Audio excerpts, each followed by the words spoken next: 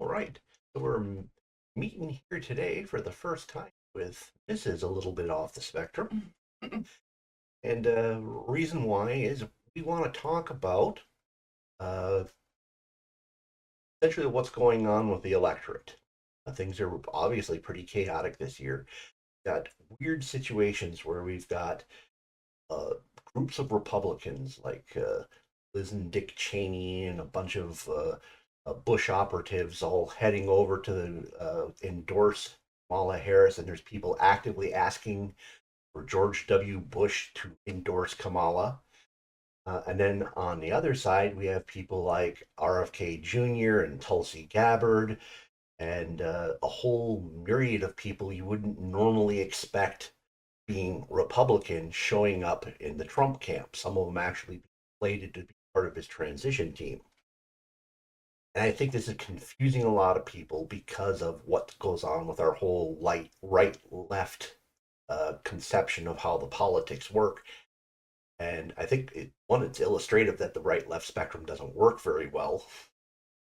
And the second part is I think people are missing the potential big picture aspect of it. Uh, I think there's a good chance we are seeing a establishment level shift in policy, something that's only happened maybe 4 or 5 times in U.S. history. And we also may be seeing a uh, shift of the political electorate under the parties. And this usually only happens about once in a lifetime. So several generations will go through the parties being aligned in a particular way so we start seeing shifts in a different direction. I've attempted to explain this before, but every attempt just doesn't work. So I brought in Mrs. Spectrum here to uh, rein me in and bring up the pertinent questions to try to make this more comprehensible to the audience. So are you going to go over the different times in history when there was a shift? I could. That would helpful for Okay, those. so when we're talking about the establishment versus the parties, a lot of people in the political parties are part of the establishment, but not everybody in the parties are part of the establishment. And the people who support the parties, the electorate, donors, et cetera, may or may not be part of the establishment. So they're different, they're slightly different things. So for the establishment has made major policy changes. The first one being the Revolutionary War. The second one being bringing the Constitution into power in place of the Articles of Confederation. The next major change was the Jacksonian Revolution under Andrew Jackson.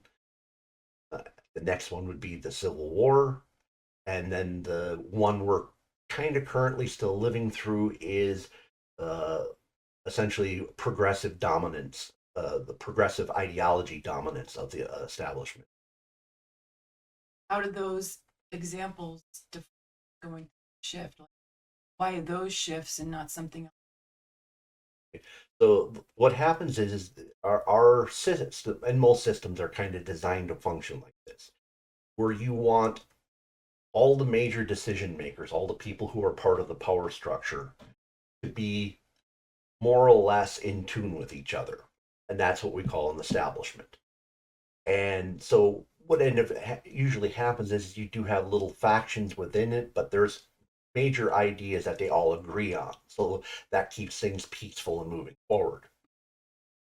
However, when you get to a point where a portion of the establishment feels like it's being completely excluded, they will start agitating for the rest of the establishment to move, basically compromise a little bit more in their direction.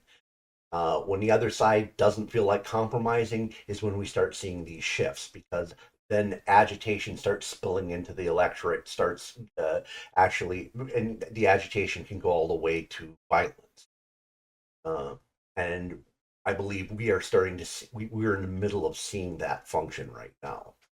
The agitation we're seeing, the kind of tension that's out there is part of the establishment ratcheting up tension against themselves, and that tension spills out into the rest of the country.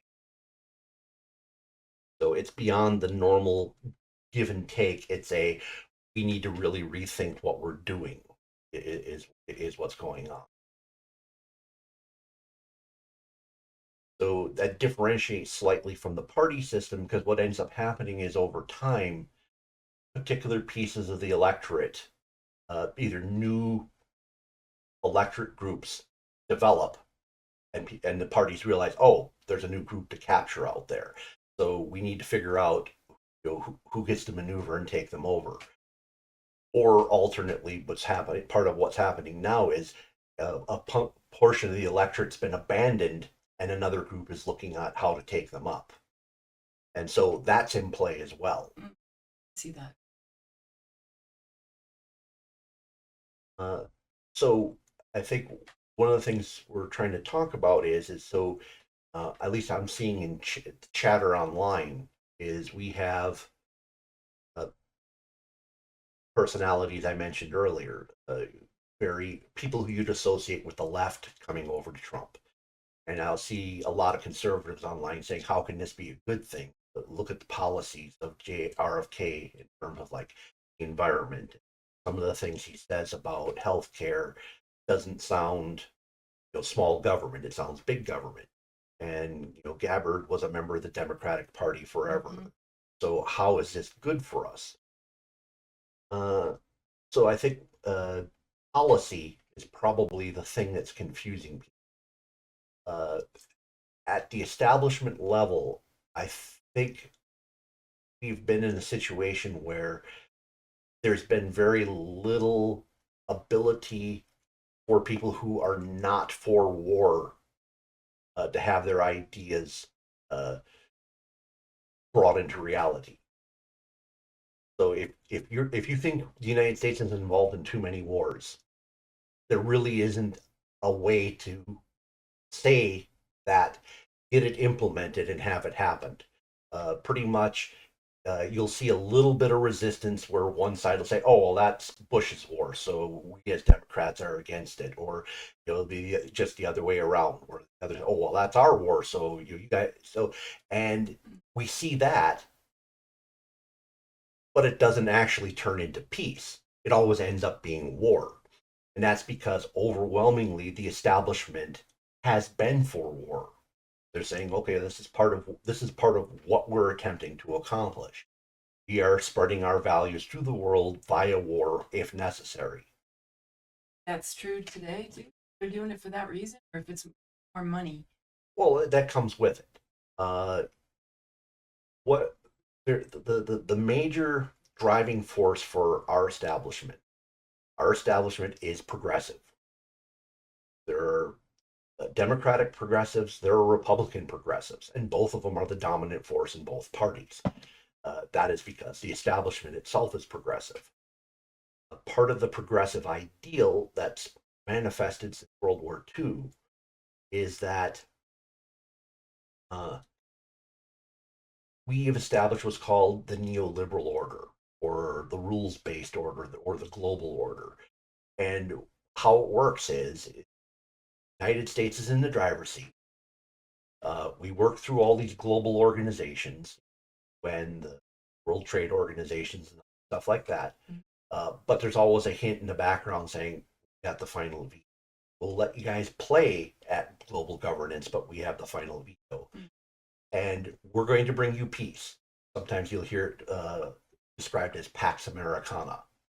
Uh, Pax, Rome had a similar Pax Romania, the idea that the empire is bringing order to the world. That's the price you pay for the empire. So for the neoliberal order, the price, what we are offering as part of the neoliberal order to the world is, we will take care of your security concerns. We will guarantee that no one's going to violate your borders. We will keep the sea lanes open. We will allow free trade to occur all over the world. And we don't expect you to pony up most of the money. We just expect you to acquiesce. That's essentially the neoliberal order. Uh, so because there's kind of a globalist feel to it, any country that's a little bit too nationalistic, that's outside that sphere, is looked at as a problem. So what ends up happening is every time the neoliberal order comes up against resistance, it starts initially by going at it economically, then it starts going at it clandestinely. And when that fails, it usually turns into some kind of internal war, and then what we're seeing today, proxy wars. And up until recently, pretty much everybody in the establishment was saying, yep, that's the way to go. What voices were against it didn't have the power to do anything. So what we're starting to see, or what it appears to me is happening, is uh, this, call it anti-war, or maybe war light, where they're not, they may not be total pacifists, but they're saying we're going at it too much. This is not good for the country on its. We're basically uh, sacrificing the good of the country for this neoliberal order, which is global. So we need to rejigger how things work so that it's beneficial to the country, which means not going at every war that becomes available to us, is thinking about where we need to leave things alone and where we actually really need to be. And so I think what we saw was, and it's always hard to figure out which is cart and horse. Okay. Somebody like Trump shows up in 2016 and he basically picks up the anti-war banner. Does he really believe that? Hard to say. It might have been just something to aim at the political populace. Like, okay, that's a group that's being ignored. I'll champion them, they'll come to me. Or alternately, there may have been people in the establishment, the ones who are basically the faction who are against this but are not dominant, might saying, hey, we have this problem. You agree with us. We want you to champion our cause, and let's see if we can capture political electorate in order to put you in office and make this happen. So, so in terms of the anti-war grouping, we see a lot of this coming in around uh, Donald Trump. We see a lot of old Ron Paul people gravitating in on that issue alone. RFK Jr., he considers that his biggest issue. You have Tulsi Gabbard, that's her big issue.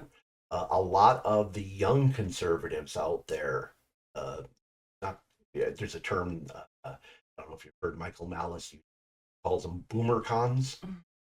So those are the older conservatives, and they tend to be less libertarian or not libertarian at all, or they have the old school conservative values that when you think of conservative, them.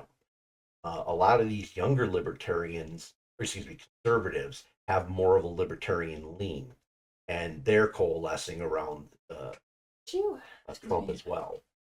And so you have a lot of other, like a lot of Trump's initial advisors in 2016, the good guys that they were trying to weed out, uh, were in that same mindset.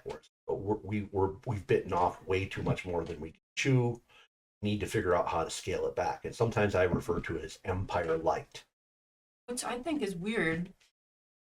Probably have an answer, but why is this such a big issue when we don't have troops on the ground and big, like a lot of troops on the ground in places? We're not actively involved in a war Mm-hmm. where our men and women are dying all the time. We're not right now, but why has it become such a big issue? Okay, so part of it is because there's agitation occurring in the establishment, it's spilling out into the populace. So one of the things that's occurring is we got two major items that are on the radar. One, Ukraine, the other being Israel. On the Ukraine side, uh, this is not something that just suddenly happened when Putin invaded Ukraine. The United States has been actively involved in Ukraine since at least 2014, most likely much earlier. Um, What way? Well, so the the establishment, when the Soviet Union fell, okay, we were at what would be a decision point theory. Okay, 1990, you basically got people you've been building a military for against for almost 50 years suddenly just collapses and goes, okay, hey, want to join your side. Well, the decision point was, okay, let's do this. Let's figure out how to integrate Russia in. Let's do all this stuff, et cetera, et cetera. But Russia failed one major item.